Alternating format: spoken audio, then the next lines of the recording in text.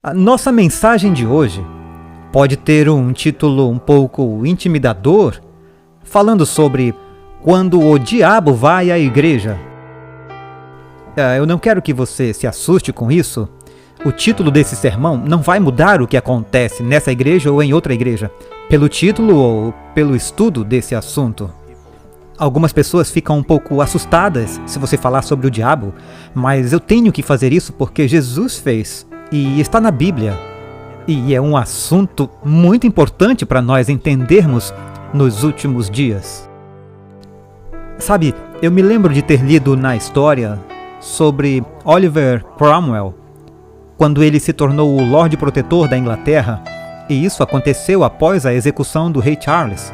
Não muitos reis foram executados, mas ele era um canalha. Cromwell chegou ao poder e era costume naquela época que, quando eles tinham um novo líder, eles não faziam fotos, eles tinham pintores. Eles pegavam os pintores mais habilidosos e pintavam os líderes.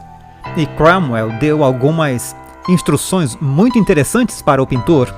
Os personalizados naquela época, se você pintasse alguma figura real ou algum dignitário, o artista faria a versão antiquada do Photoshop. Ele removeria as manchas e tornaria a elevação um pouco maior, um pouco mais brilhante, a pele um pouco mais suave, só para fazer parecer o melhor do que eram e ainda se parecer com eles. Mas Cromwell disse: "Eu quero que você use toda a sua habilidade para pintar seu quadro como de fato eu sou. Todas essas asperezas, verrugas, espinhas e tudo como você vê em mim. Ou eu nunca pagarei um centavo por isso." E é daí que obtemos a expressão "com todos os defeitos".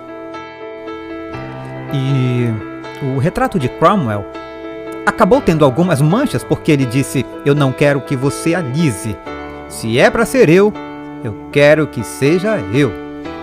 Bem, vamos pregar hoje sobre a igreja com todos os defeitos, por assim dizer.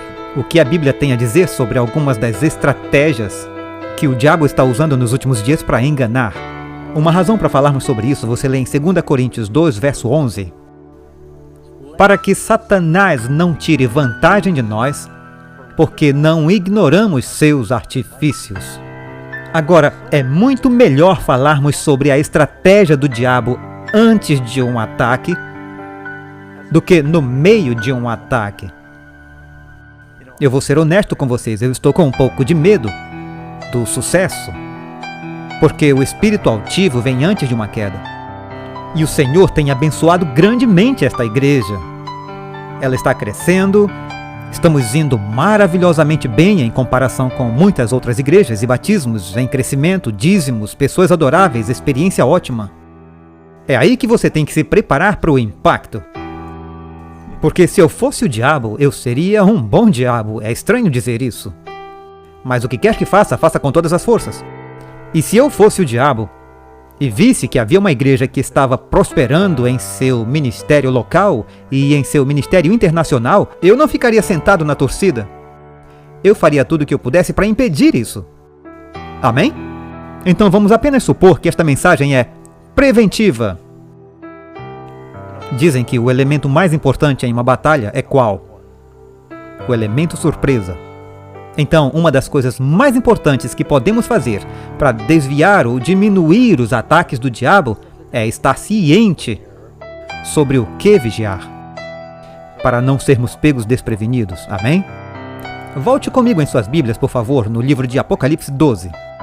Este capítulo, no último livro do Novo Testamento, resume por que esta é uma mensagem importante para nós considerarmos agora na história. Se você for Apocalipse 12, 12, lá nos diz: "Regozijem-se, ó céus, e vocês que habitam neles, porque o diabo foi expulso, eles finalmente tiveram paz no céu.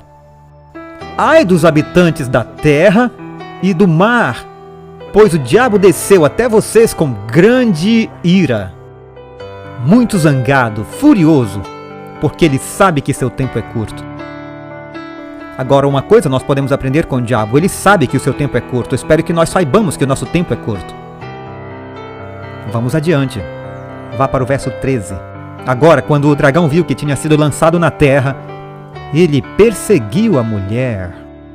Quem é a mulher que deu à luz o Filho do Homem? É a noiva de Cristo, a igreja, que apresenta o Messias ao mundo.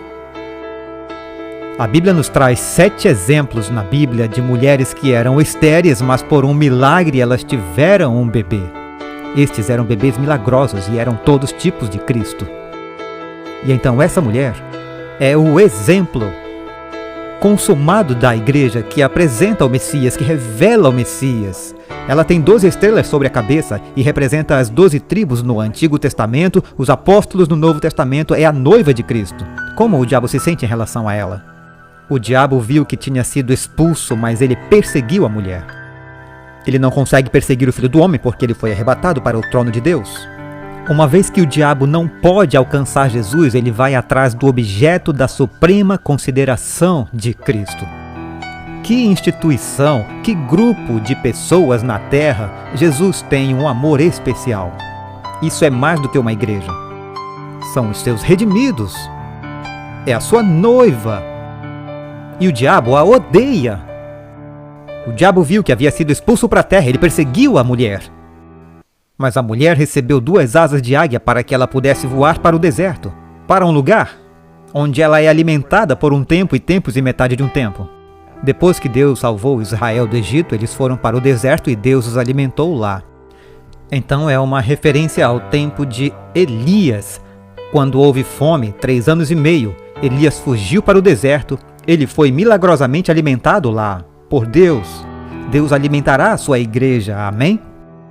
Então a serpente fez jorrar da sua boca água como um rio para alcançar a mulher e arrastá-la com a correnteza. Agora ele quer afogá-la. Não é fogo, é inundação. A terra, porém, ajudou a mulher, abrindo a boca e engolindo o rio que o dragão fizera jorrar de sua boca. Você percebe? Tudo que ele tenta destruí-la, mas lhe são dadas asas de águia, ele tenta afogá-la, mas a terra abre a boca. Agora olha o verso 17. E o dragão irou-se. Se ele estava irado antes, imagine agora. Irou-se contra quem? A mulher. O dragão irou-se contra a mulher. Assim como a igreja é o objeto na terra sobre o qual Jesus concede seu maior amor e consideração, a igreja é o objeto na terra que mais enfurece o diabo, porque é o veículo pelo qual Jesus redime os perdidos. E o diabo não quer que eles sejam salvos, ele quer que todos morram com ele. Ele sabe que o seu tempo é curto. Quem especialmente o diabo odeia? Ele vai fazer guerra com o remanescente de sua descendência que guarda os mandamentos de Deus. Agora, se você não guarda os mandamentos de Deus, não se preocupe com a ira do diabo. Pode relaxar, você não tem com o que se preocupar. Você está perdido. Mas se você está procurando obedecer a Deus, como o diabo se sente sobre isso? Ele vai tentar fazer de tudo para parar você. Ele vai guerrear com o remanescente de sua semente. Aqui estamos no fim dos tempos, os remanescentes. 2 características marcantes: os que guardam os mandamentos de Deus e têm o testemunho de Jesus Cristo. Acredita nos ensinos, pratica a lei e os profetas. A palavra de Deus. Tem todos os dons e acredita nos dons do Espírito. O diabo é ameaçado por isso. E ele vai fazer de tudo o que puder para destruí-la. Agora, quando 2 times do mundo dos esportes, times proeminentes do futebol, seja universitário ou profissional, vão jogar um contra o outro, um jogo importante, o que os treinadores fazem? Eles pegam os vídeos dos jogos do time adversário, e eles passam o filme para o time, para que eles possam ver as jogadas e as suas estratégias e entendam os hábitos dos seus adversários para que eles possam superá-los. Se 2 boxeadores vão lutar, eu lembro de ouvir alguma vez que parece que foi Muhammad Ali, um de seus treinadores disse: você vai lutar contra Joe Frazier e eu quero que você assista alguns vídeos e veja a estratégia dele. Eu não preciso disso, eu sei o que fazer. E o treinador disse: ele vai assistir aos seus vídeos.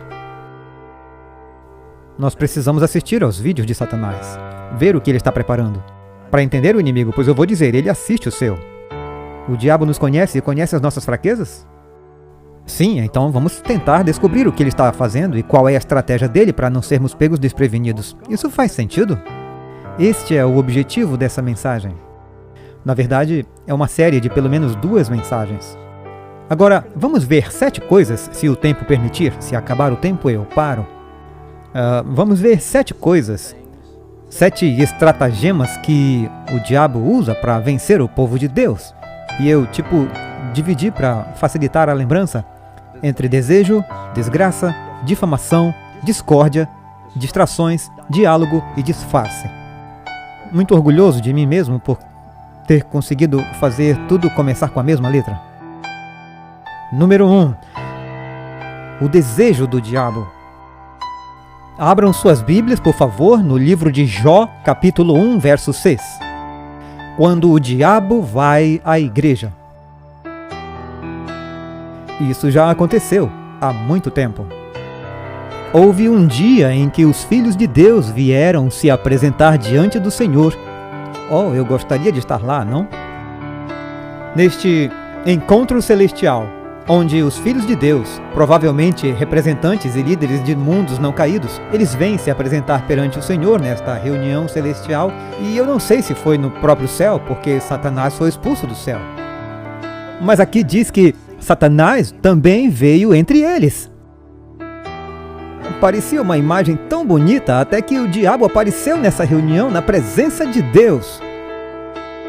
E ele é muito audacioso, porque ele invade lugares sagrados. Quando eu estava lendo isso, eu pensei na audácia e na ousadia do diabo. Aqui é uma reunião celestial, e tudo que ele fez ao mundo, e ele aparece. Agora, se ele aparecia nas cortes da presença de Deus, onde quer que fosse, deveríamos ficar chocados ele aparecer na igreja? O diabo não tem medo do prédio da igreja. Ele não tem medo de crentes professos. Vamos descobrir, enquanto passamos por essa série, que ele sempre aparece, mesmo na igreja. Quando eu estava lendo essa história, eu vou levá-los para uma coisa no Antigo Testamento. Havia um rei no Antigo Testamento. Seu nome era Jeroboão. Os 3 primeiros reis de Israel, você tem Saul, que uniu o reino por 40 anos, então você tem Davi, que reinou por 40 anos, e então Salomão reinou sobre o reino unido e toda a sua glória, a maior glória de Israel, foi durante o tempo de Salomão. Suas fronteiras eram as maiores, a população era grande, eles tinham paz e grande prosperidade durante o tempo de Salomão. Salomão é um tipo de Cristo, ele é o filho de Davi, que trouxe este reino glorioso. Até mesmo Jesus se refere a Salomão em toda a sua glória. Mas quando Salomão morreu, e seu filho Roboão seria feito rei, a Bíblia diz que havia alguém mais no reino de Israel que não queria que Salomão fosse o rei. Ele queria ser o rei. Seu nome era Jeroboão, e você pode ler aqui em 1 Reis 11, 26. Então Jeroboão, servo de Salomão, filho de Nebate, Efraimita, rebelou-se contra o rei. Então nos diz que Jeroboão se rebelou contra Salomão. E então, quando Salomão soube disso, Jeroboão fugiu para o Egito e se aliou ao faraó. Você lê agora aqui em 1 Reis 12, e aconteceu que quando Jeroboão morreu, filho de Nebate, ouviu que Salomão havia morrido. Ele estava no Egito porque ele havia fugido da presença de Salomão e ele estava morando no Egito. Eles chamaram Jeroboão e toda a Assembleia de Israel veio e falou com Roboão. Aqui Jeroboão, que tentou matar Salomão, ele teve a audácia de vir a essa reunião real, onde eles vão coroar o filho de Salomão. E ele diz, não tão rápido. Há algumas coisas sobre Salomão que não gostamos muito de ouvir. E ele começa a minar o filho de Davi. E, basicamente, se aproveita quando ele ainda está fraco e terno. E Roboão diz a coisa errada.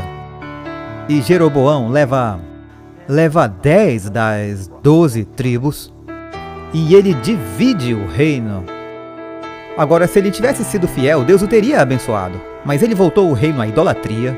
Ele alterou a adoração. Ele mudou os tempos e as leis, isso não soa familiar? Começaram a adorar ídolos. E se há um personagem com um caráter infame, se há um nome infame que é repetido no Antigo Testamento, por rebelião, que ambicionava o reino, é Jeroboão, cerca de 25 vezes no Antigo Testamento. Jeroboão, o filho de Nebate, levou Israel a pecar. Que tal essa frase na sua lápide? Aquele que fez Israel pecar. E quase todos os outros reis depois dele são comparados a ele. Porque ele foi o rebelde consumado contra o reino bem-sucedido, que dividiu o reino, espalhou o reino. E o que o diabo quer fazer? Ele quer ser rei. Ele quer nos afastar. E eu devo acrescentar que o profeta Jeremias finalmente veio, e alguns de vocês lembram da história em que esse profeta veio de Judá? E falou contra Jeroboão, falou contra o seu falso altar. Jeroboão mandou prender o profeta, mas o seu braço ficou congelado. E esse foi aquele rei que basicamente separou todo o reino. Portanto, o diabo quer o reino, é isso que ele deseja. O diabo quer ser Deus. E se tem alguma parte deste mundo que o diabo não possui, isso o enfurece. E como você e eu não reconhecemos o diabo como o nosso pai, Jesus disse aos líderes religiosos perdidos: vocês podem ir à igreja, mas vocês são filhos do diabo. Abraão não é o seu pai, mas o diabo sim. Isso não atrai amigos nos círculos religiosos. Mas se estivermos servindo ao Senhor, e se Deus é o nosso pai, e se Jesus é o nosso Senhor, o diabo ele quer tomar esse território. Ele quer ser rei. Falando sobre a desgraça do diabo, Mateus capítulo 4, verso 5.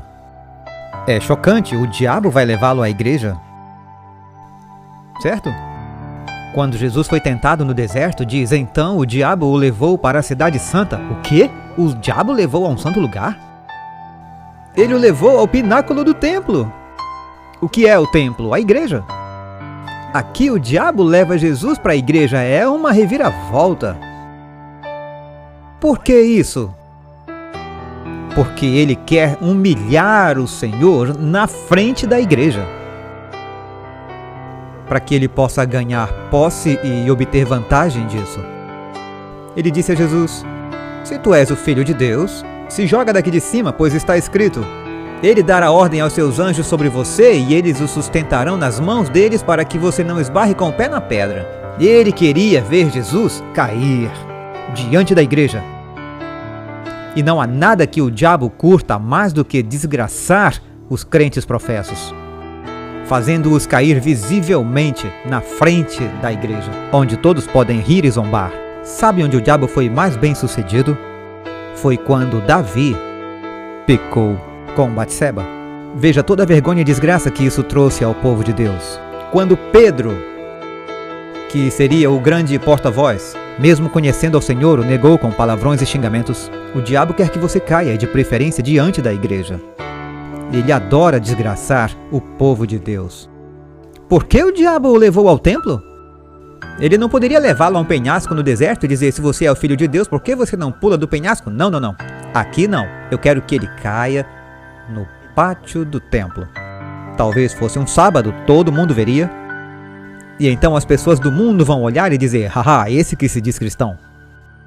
Quantas vezes você já ouviu pessoas no mundo que dizem: eu não quero ser cristão, e então começam a apontar para os hipócritas ou a hipocrisia na igreja. E é verdade! Há muitos líderes cristãos caindo, há muita hipocrisia, você pode ver. Tudo que você tem que fazer é girar o botão do canal. Eu fazia isso, mas hoje não é mais assim nas TVs. Agora é assim.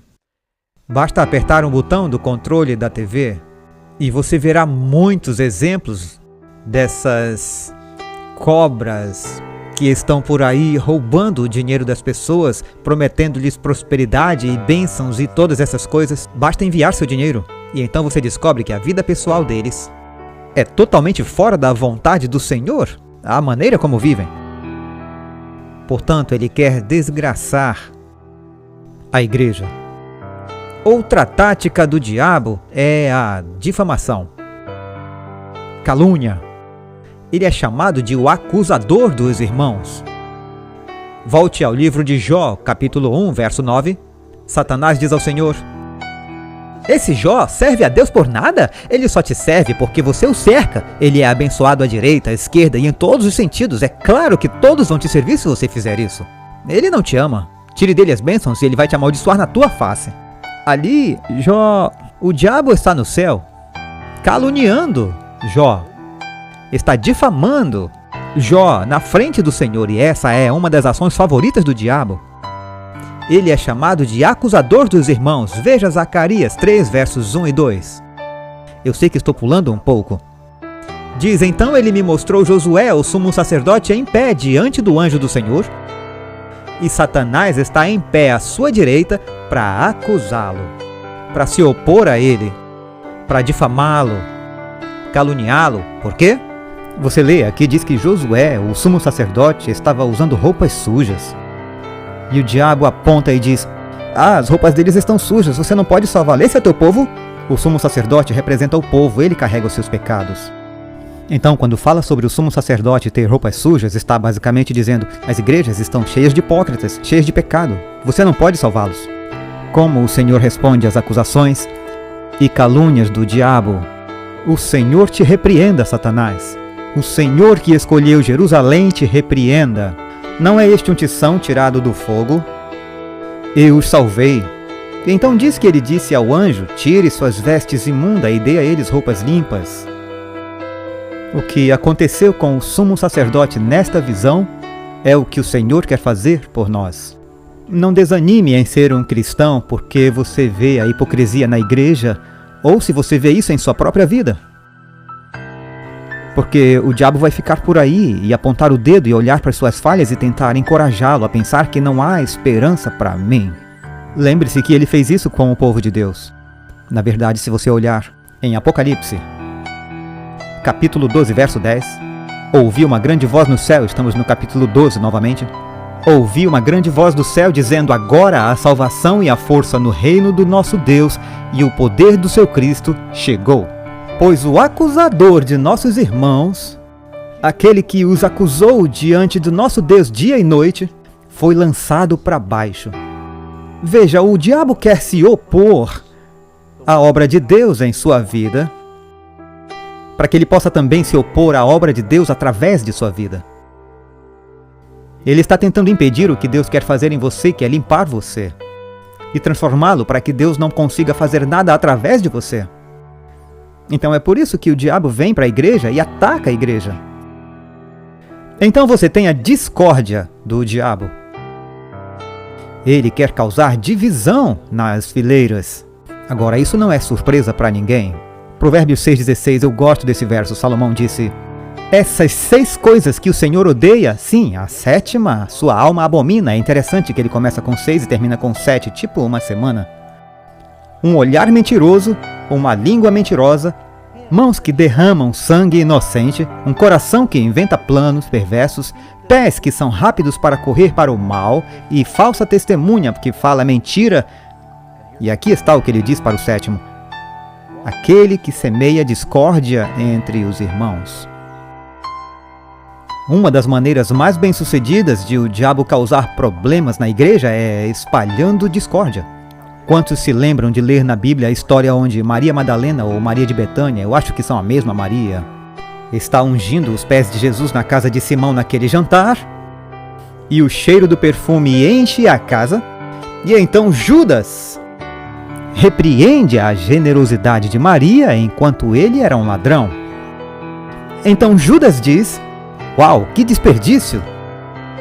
Este unguento, se fosse vendido, teríamos ganho 300 moedas, e olha o quanto poderíamos ter feito pelos pobres, e ela derramou tudo. Que desperdício! Ele podia ser um apóstolo, mas ele, na verdade, era o acusador dos irmãos, não era? E está semeando discórdia também. Daí os outros apóstolos: é um desperdício! Jesus repreende Judas, e ele não o chama pelo nome, mas ele disse: deixe-a em paz. O que ela fez será lembrado onde quer que o evangelho seja pregado, pois ela me ungiu antes de eu ser enterrado. Geralmente damos flores às pessoas depois que elas morrem, elas já não sentem o cheiro.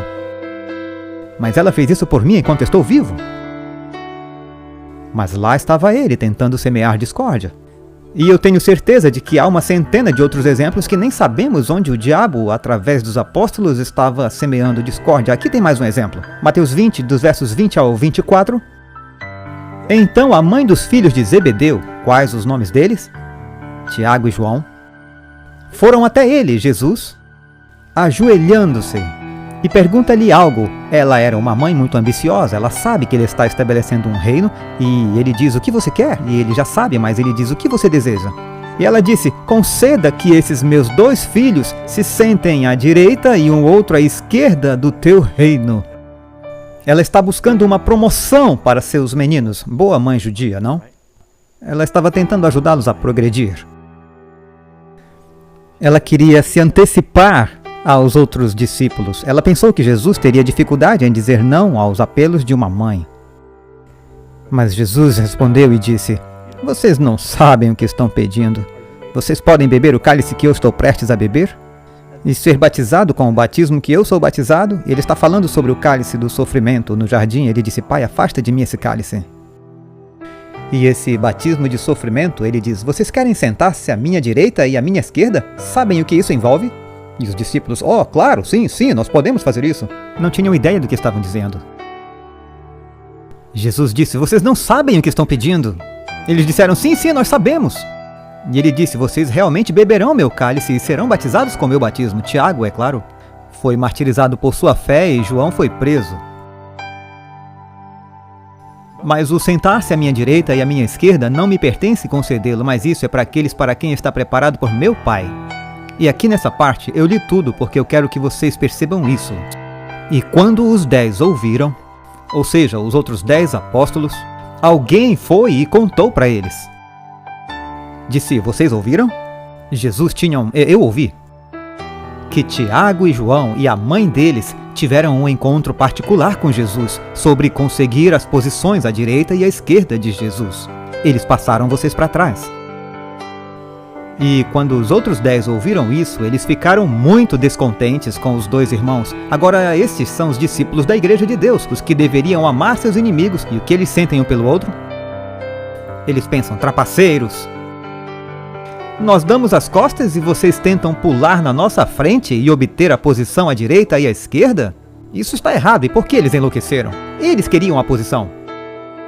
E então, de repente, toda aquela discórdia entre os discípulos, e Jesus teve que lidar com isso. Agora, isso aconteceu no passado, mas será que acontece na igreja hoje? Onde o diabo tenta causar divisão e discórdia? Muitas vezes isso acontece de verdade numa igreja que tem comitê de nomeação. Nós louvamos a Deus pela pandemia, tivemos que adiar isso por 1 ano. Eu estou sendo irônico, eu quero dizer, mas é sempre um pouco delicado quando você tem um comitê de nomeação, pois ao tentar treinar novas pessoas à liderança, isso significa que você precisa deixar outras pessoas fazerem uma pausa e elas podem se ofender com isso. Eles dizem: eu já estou nesse cargo há anos, como você ousa tirar isso de mim? E sim, eu tenho visto todos os tipos de campanhas interessantes acontecendo nos bastidores, onde, como a mãe de Tiago e João, as pessoas estão disputando por uma posição. Não aconteceu com os discípulos? Eles não discutiram sobre qual era o maior entre eles?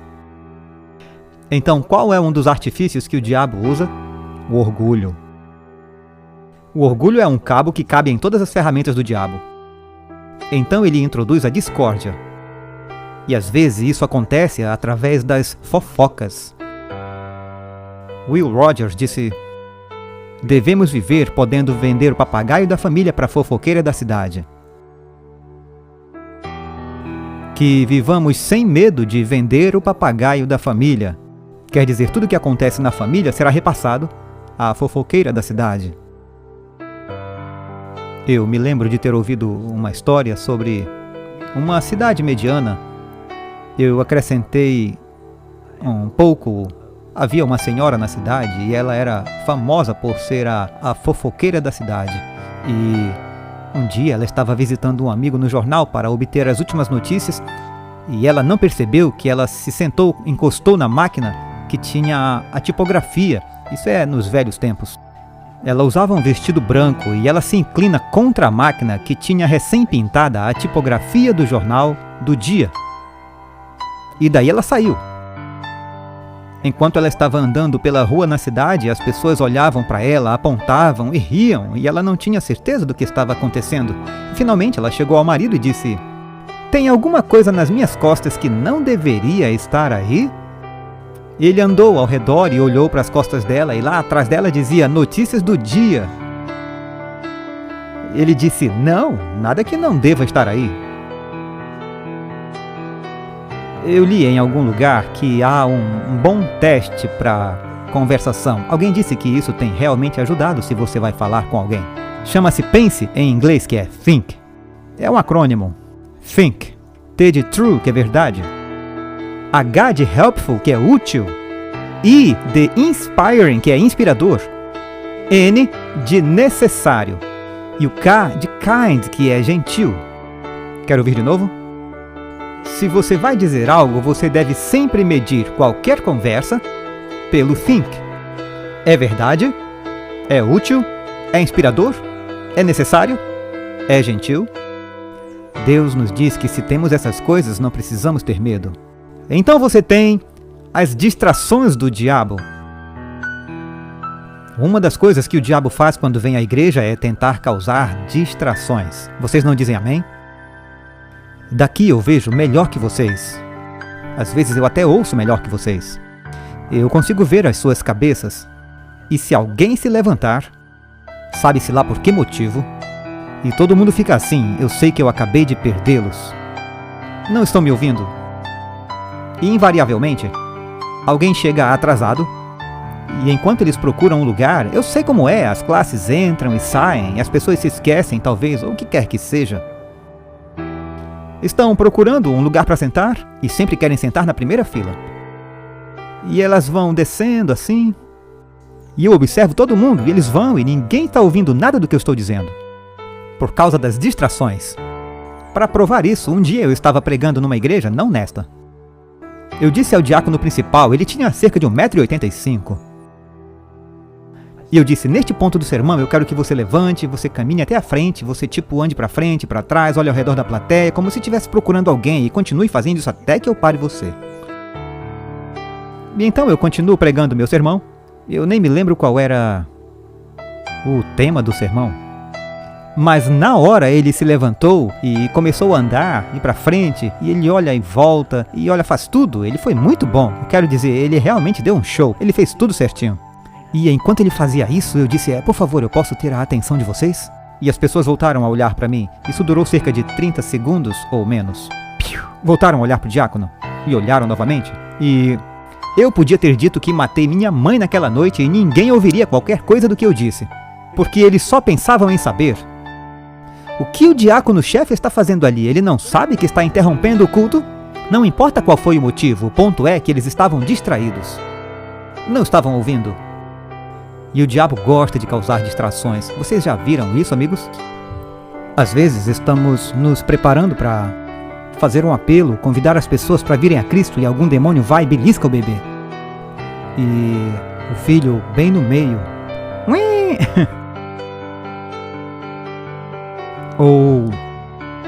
Ou vem aquela microfonia, ou alguma coisa vai acontecer. Existe uma história em Marcos 1, 21. Marcos capítulo 1, verso 21. Isso ajuda a confirmar o que eu disse. O diabo vai à igreja? Infelizmente ele vai.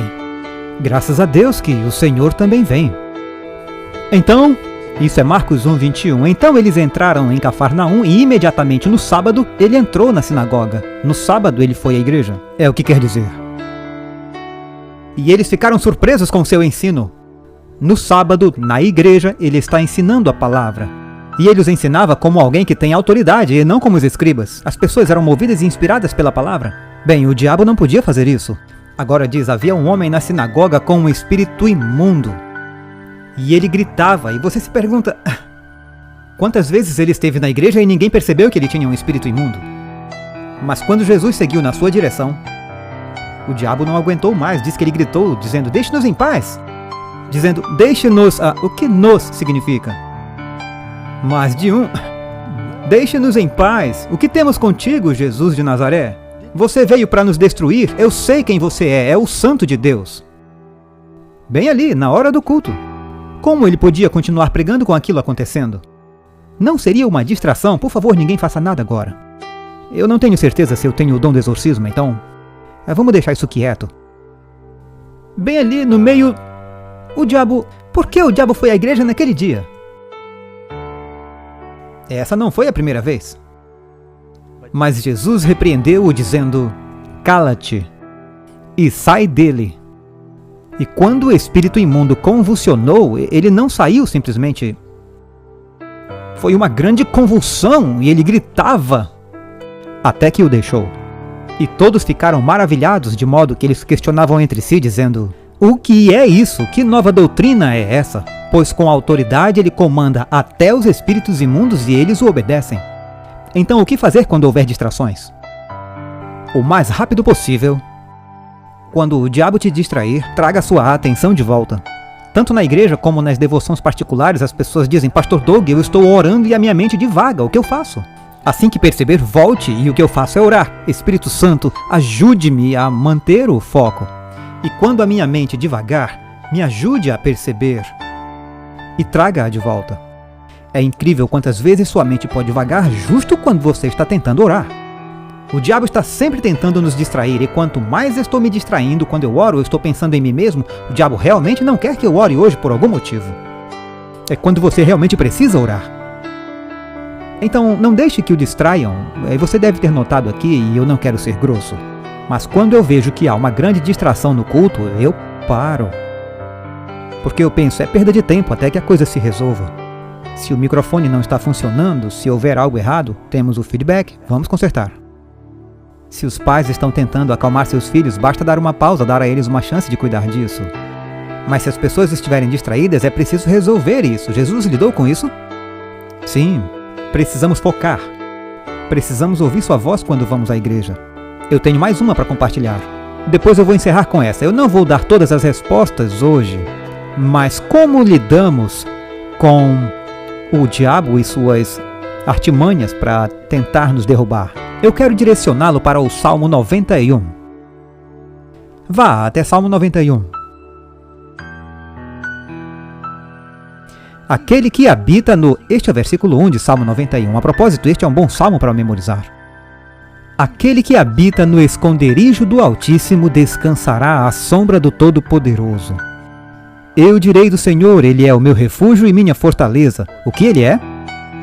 Ele é nossa fortaleza. Fortaleza te protege. Deus nos protege contra o inimigo. Meu Deus, e nele eu confiarei. Certamente Ele te livrará do laço do passarinheiro. Na Bíblia, o diabo é o passarinheiro, alguém que aprisiona pássaros. E da peste perniciosa. Ele te cobrirá com suas penas e debaixo das suas asas você se refugiará. Sua verdade, o que é que nos salva? Sua verdade será seu escudo e seu broquel. Você não terá medo do terror noturno, nem da flecha que voa de dia, nem na peste que anda na escuridão, nem a mortandade que assola ao meio-dia. 1000 cairão ao teu lado e 10.000 à tua direita, mas não te atingirão. Só com os teus olhos verás a recompensa dos ímpios. Por quê? Porque tu, ó Senhor, és o meu refúgio, no Altíssimo fizeste a tua habitação. Está falando sobre permanecer. Se permanecermos nele, seremos protegidos das ciladas do inimigo. No Altíssimo fizeste a tua habitação, nenhum mal te sucederá, nem praga alguma chegará à tua tenda. Porque aos seus anjos dará ordem ao teu respeito, e o diabo, na verdade, citou isso enganosamente a Jesus. Aos seus anjos dará ordem ao teu respeito para te guardarem em todos os teus caminhos, você terá proteção angélica. Eles te sustentarão nas suas mãos para que não tropeces com o teu pé em pedra. Pisarás o leão, o diabo é comparado a quê na Bíblia? Anda em volta como um leão que ruge. Tu pisarás no leão e a cobra? O leãozinho e a serpente? Tu pisarás sob os pés. O que é a serpente? Está falando do diabo, esses são símbolos para o diabo. Porque ele pôs o seu amor sobre mim. Portanto, eu o livrarei. Eu o colocarei no alto porque ele conheceu o meu nome. Ele clamará por mim e eu responderei. Estarei com ele na aflição. Não diz que você não terá aflição, mas ele estará com você na aflição, amém? Eu o livrarei e o honrarei com longa vida, o mesmo que vida eterna. Vou satisfazê-lo e mostrar-lhe-ei minha salvação. Aquele que habita no esconderijo do Altíssimo, se estivermos em Cristo, não precisamos ter medo que haja demônios no mundo. Deus nos protegerá, amém? Esta mensagem ainda tem continuação, mas vai ficar para o próximo vídeo. Vamos orar. Amável Senhor, oramos para que possamos viver vidas que serão uma ameaça para o inimigo e que tenhamos paz para que não sejamos ameaçados. Nós te pedimos, nos ajuda, Senhor, a representá-lo neste mundo. Eu oro para que possamos ser sábios em relação ao que pode ser uma estratégia do diabo para que não sejamos pegos de surpresa. Eu peço a tua bênção sobre esta igreja e a tua igreja em todos os lugares. Que estejamos cientes de que estamos vivendo em uma época em que o diabo desceu com grande ira. Que estejamos acordados, vigilantes e sóbrios. Eu oro ao Senhor para que possamos ser fortalecidos com a força da tua palavra e colocar a tua armadura para podermos resistir nesses tempos perigosos. Sê conosco, nos abençoa. Eu oro para que nos ajudes a experimentar a vitória em todas as áreas. E agradecemos e pedimos tudo isso em nome de Jesus. Amém.